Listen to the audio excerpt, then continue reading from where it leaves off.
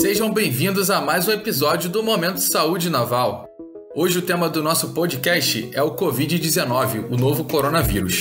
Depois de um mês do primeiro caso confirmado aqui no Brasil, o vírus se espalhou por todos os estados e os governos tiveram que tomar diversas medidas restritivas para evitar a proliferação da doença. Para atualizar as principais informações sobre o andamento da epidemia no país, convidamos novamente o capitão de Marinha de Lorenzi, médico infectologista do Hospital Naval Marcílio Dias, que participa do terceiro episódio dedicado ao assunto aqui no nosso podcast. Primeiramente, obrigado por mais um podcast. Isso é importante aí para a família naval, nesse momento de pandemia. Queria primeiro perguntar para o senhor, o estado mudou um pouco, né? A gente está tendo várias restrições sobre o Covid-19. Quais são as principais recomendações para as pessoas neste momento, para a família naval neste momento? As principais recomendações são as pessoas ficarem atentas às recomendações regionais, municipais, estaduais e federais, porque elas não são as mesmas para as diferentes partes do Brasil. Então, de forma geral, o que tem se feito, que na verdade é a única arma que existe até o momento que mostrou alguma eficácia contra a disseminação do vírus, é o distanciamento entre pessoas, né? Seja desde o isolamento de pessoas que estão portadoras do vírus até a quarentena de determinados grupos sociais mais vulneráveis, como é o caso de pessoas idosas acima de 60 anos e pessoas portadoras de algumas doenças crônicas que as tornam mais suscetíveis a doenças graves pelo coronavírus. Então, essas medidas vêm sendo tomadas aos poucos e em ritmos diferentes, dependendo do estado e da cidade onde a pessoa estiver morando. E as pessoas têm que estar atentas com essas notícias, porque o que é verdade, como eu já falei em outras ocasiões, no Rio de Janeiro pode não ser verdade em Recife, Natal ou em Manaus, e vice-versa. Então, as medidas têm que ser muito regionalizadas e a gente está vendo isso acontecer, mas tem havido também algumas informações truncadas a esse respeito, porque as pessoas às vezes imaginam que o que serve para São Paulo serve para o resto do país e nem sempre isso é verdade. Entendi. Os casos de Covid-19 na China estão reduzindo drasticamente, enquanto na Itália vem crescendo. A Europa virou o novo epicentro da doença no mundo. O que temos de fazer, o que o Brasil tem que fazer para a epidemia não crescer desta maneira aqui no nosso território? A tentativa que tem feito o governo brasileiro e dos estados e dos municípios é exatamente essa, é tentar evitar que nós cheguemos a um ponto onde o número de pessoas com doença ou prestes a ficar doentes ultrapasse a capacidade de atendimento do sistema público e privado de saúde, que foi o que aconteceu na Itália. O que se imagina é que a Itália tenha começado a tomar as medidas de contenção, ou seja, esse distanciamento entre pessoas, talvez em um momento um pouco tardio, onde já não havia mais reversão da curva. Então, na Itália, o que está ocorrendo, o que parece estar ocorrendo, é uma história natural da doença, uma evolução rápida da transmissão do vírus, exponencial, que vai atingir um determinado nível e vai acabar, por si só, diminuindo, independente das atitudes governamentais. Agora, o que se faz lá é uma mitigação, né? Uma tentativa de diminuir o número de novos casos, pelo menos, e também de tratar os pacientes que já estão em estado grave. Aqui no Brasil, as medidas estão sendo feitas nesse sentido mesmo, ou seja, tentar aumentar o distanciamento entre as pessoas, que não é uma coisa fácil de fazer, não é da nossa cultura, da cultura de nenhum povo. O ser humano é um animal social, né, basicamente, e fazer com que isso se torne um hábito, você não ver pessoas, não tocar em pessoas, não é uma coisa fácil de ser feita, é uma medida muito dura, tem sérios prejuízos sociais, econômicos, etc. Então os governos estão tendo um desafio de colocar isso na balança, né, e tomar as decisões que não sejam duras demais, também que não sejam brandas demais.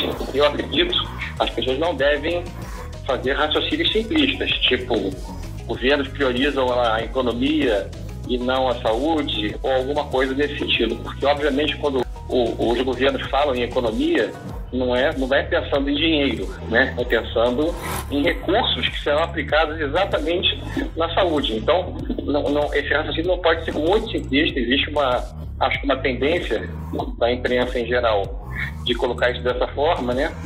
Os governos não podem pensar em economia, tem que pensar em saúde, mas ao se pensar no desempenho da economia de um país, ou de um estado, de uma cidade, você está pensando em recursos que serão gerados, né? Exatamente para aplicação em educação, em saúde. E esse dinheiro não nasce em árvore, né? A gente tem que produzir para ter recursos exatamente para aplicar em saúde. É só uma ressalva. Entendi. E muitas notícias têm surgido sobre remédios para o Covid. O que é verdadeiro e falso e qual a importância de antecipar a vacinação da gripe nesse momento?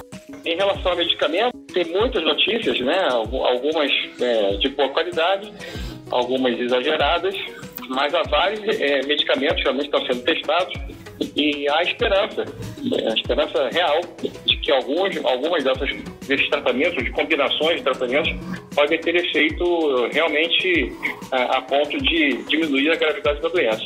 Nesse momento, o tratamento mais promissor parece ser, mas é muito cedo para dizer isso, mas parece ser a combinação de hidroxicloroquina com azitromicina, que ninguém deve fazer por conta própria, porque há sérios efeitos colaterais e esse tipo de tratamento, se aprovado, ele será reservado para pessoas com doenças mais graves. Em relação à vacina, também há vários grupos estudando isso na Alemanha, no Japão, Estados Unidos, China, no próprio Brasil, e eu acredito mas a vacina vai demorar alguns meses ainda, não é uma coisa que a gente possa imaginar que chegará a tempo de deter a escalada imediata da epidemia.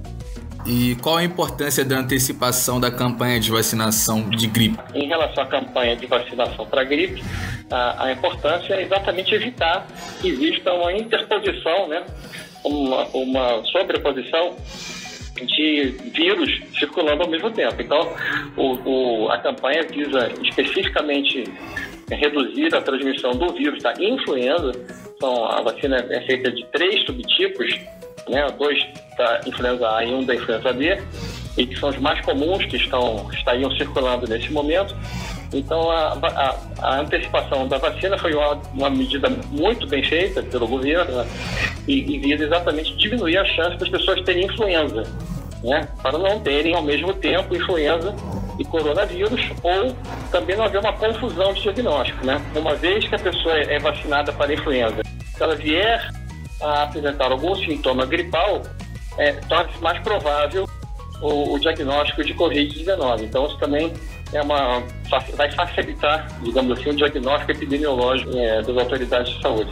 O padrão de vírus no Brasil também está seguindo o mesmo padrão ali da China e da Europa, né? Mas em idosos, com doenças crônicas. Os jovens também podem ser impactados também pelo Covid-19, né? Sim, a infecção, ela é universal, independente da faixa etária.